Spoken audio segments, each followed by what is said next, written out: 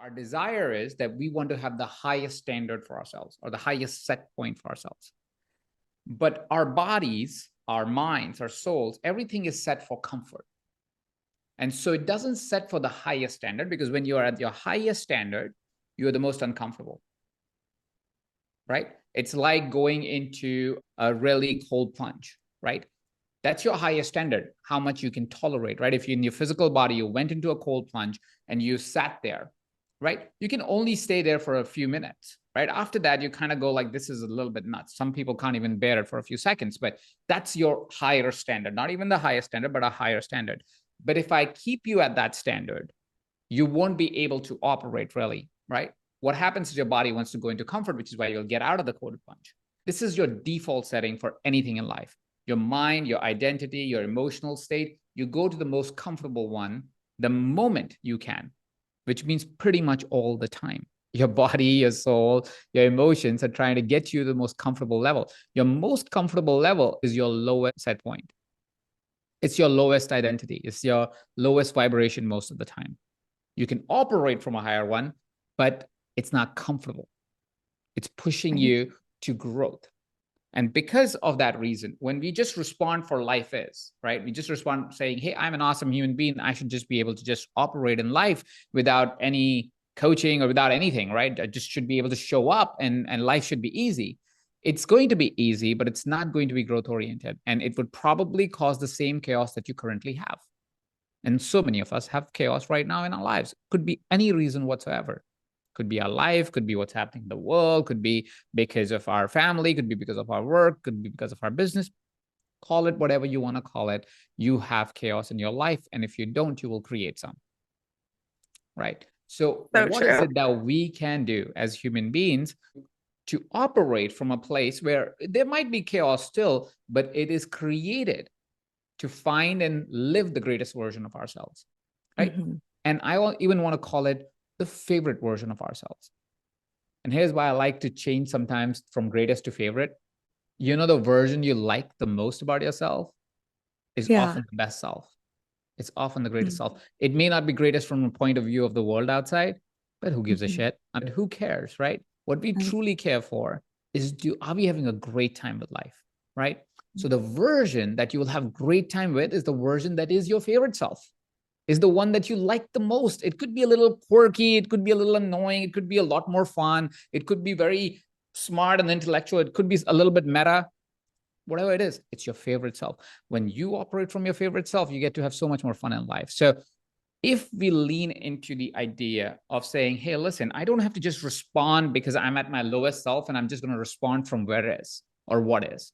Instead, I'm going to take a second. I'm going to take a minute. I'm going to take half an hour if I have to, but I will coach myself through this situation so I can operate from my favorite self, because my favorite self is the way that I get to live my best life.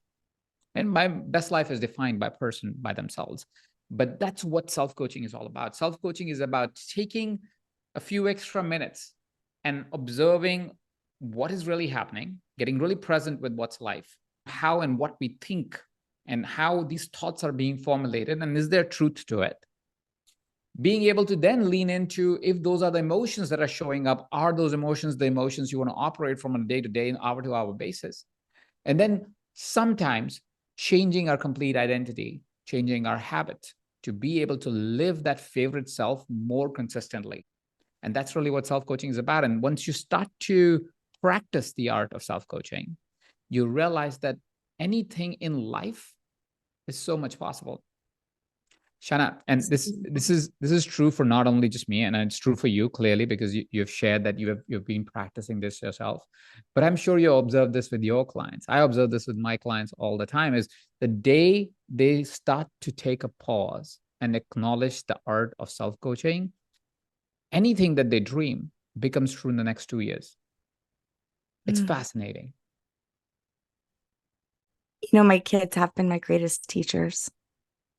And as you were describing this favorite self, I saw this vision of my daughter, who is pretty shy, you know, she's on the introverted side. But when she is with her best friends, she shines, right? She's like hilarious and amazing and fun, and she's safe. She feels safe to be who she is. And then she goes into certain situations where she's not in her best self and she's got fear, overwhelming emotion and anxiety and energy, and she doesn't know what to do with it, right? She can't find that favorite self. And I'm actually going to school at 2:30 today to discuss this because she's getting a 504, which is like accommodations for that, so that she can be successful to make that step into the uncomfortable spaces. I want to share a story and relates to your daughter and relates to a personal experience of my life. So when I was a kid, really early on, maybe I was like 7, 8, or maybe even 6 years old, I loved dancing. I still love dancing. But in India, what would happen is when there are weddings or there are big anniversaries, we would have an event that is called Sangeet. Sangeet is basically music, but that event simply meant there would be a stage and there would be kids and adults dancing to music. We're a very musical community, Indians, you can say in a way. We're a really dancing musical community. So as a child, I would love to go up on stage and dance. I would just go up and I would dance. And apparently it was really, really good. And it was really cool and cute to see, I guess, an 8-year-old dancing or 7-year-old dancing on stage. So I started getting invited to people that I didn't even know to say, hey, can Ajit dance at our wedding? Can Ajit dance at our anniversary ceremony and so on and so forth? So but I loved it. So I was like, sure, I will do it. Like I would do it. It didn't matter to me. It got me to, dress up a certain way and dance and perform and get the applause. And I would be like the star attraction of the evening. I'm like, Ajit's going to come at like, the 10th dance. I would usually come towards the end because, the star performers come in the end, like right before the bride and the groom, that kind of a thing. So it was really good. I really used to enjoy it. I used to really put in my all. I used to practice really hard. And then I started growing up. And I started growing up and became 13 and 14. And if you remember your teenage years, you kind of didn't really like that kind of attention at that time. You didn't want anybody in your face. And that kind of happened for me. But the problem was I was still the star kid, the kid that needed to go and dance because he was so good at it. And I was really good at it. So I would still go and perform, but very reluctantly. I would still go and perform, but not really interestedly. But I was still getting on stage because I had now built a great competence. I didn't have to practice really hard. I would just go up on stage and do something, and people would be like, whoa, that's a great performance. But I started hating it. And because I started hating it, I started to go to these parties and really be only with my cousins or my friends and not really talk to anyone else. Not really acknowledge that somebody would say, hey, that was a great performance. We really had a good time. And as I kept growing up and up, I learned about these things called introversion and extroversion by Myers-Briggs Type Indicator, MBTI. There are introverts and extroverts in the world. Extroverts in the world are the people who are fueled by the energy outside. Introverts of the world that are fueled by the energy inside. And a great way for me to escape all these dancing and parties was I'm an introvert. I am an introvert. I do not enjoy hanging out with people. And I made that my story. I made that my story going forward from there. So through college, I'm an introvert. In my first few jobs, I'm an introvert. You're inviting me to a party, I'll probably not show up because guess what? I'm an introvert. Oh, you want me to attend an event? I'm an introvert.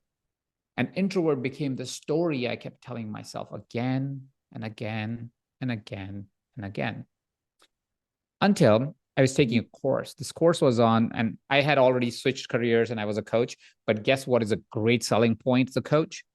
I'm an introvert. It's a great selling point if you're a coach. People love an introvert coach for whatever reason. So I was like, great, it works for me. I'm an introvert. Great. I'm an introverted coach, right? Somehow it creates great resonance with people.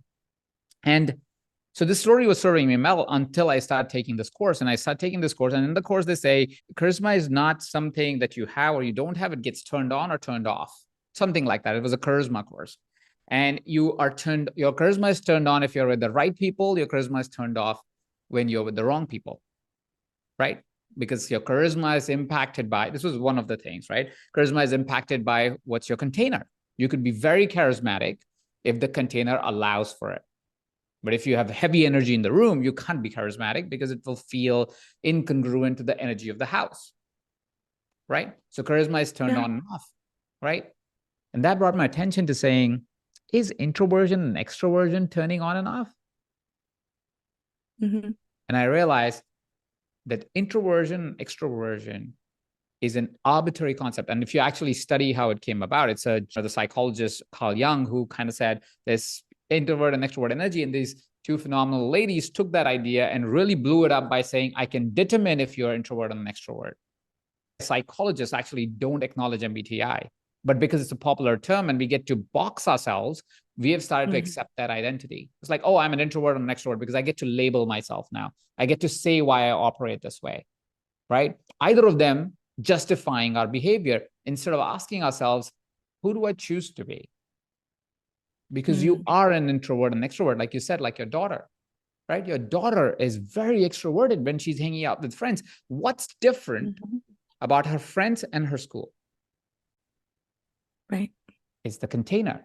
It's not the content. She is the same person. It's the environment that is impacting the way she's showing up. And I realized that for myself. I was like, hey, listen, Ajit.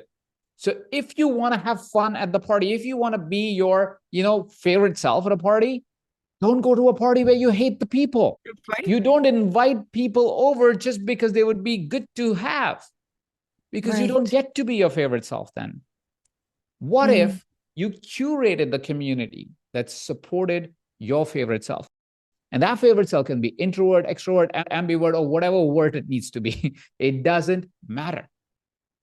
Because that's not what we get to play in this world. Well, we don't come to this world to say, let me get a label for myself.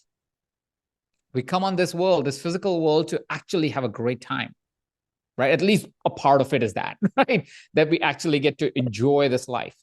Why play by the rules set by someone that was trying to put us into a box, while there can't be a box that fits us all? Because we ain't same. You are not same as me. I'm not same as you. Your daughter's completely different. I can't fit that box of introvert, extrovert. It's unfair to me. I get to make my own box. We get to make our own box. Your daughter gets to make her own box. I wanted to share the story with you because I lived that life of introvert for so long until I realized that I was compromising my favorite self that I could play every day, all day. And I don't know how you'll lead this conversation with your daughter, but it is something that I hope somebody told me. I'm so glad that your daughter has a mother like you that is aware and conscious and is taking active steps to actually have a conversation about this with her daughter and the school, to say, I want my kid to play her favorite self every day. She doesn't come to the school to play your part. She comes to the school so she can play her part the best she can.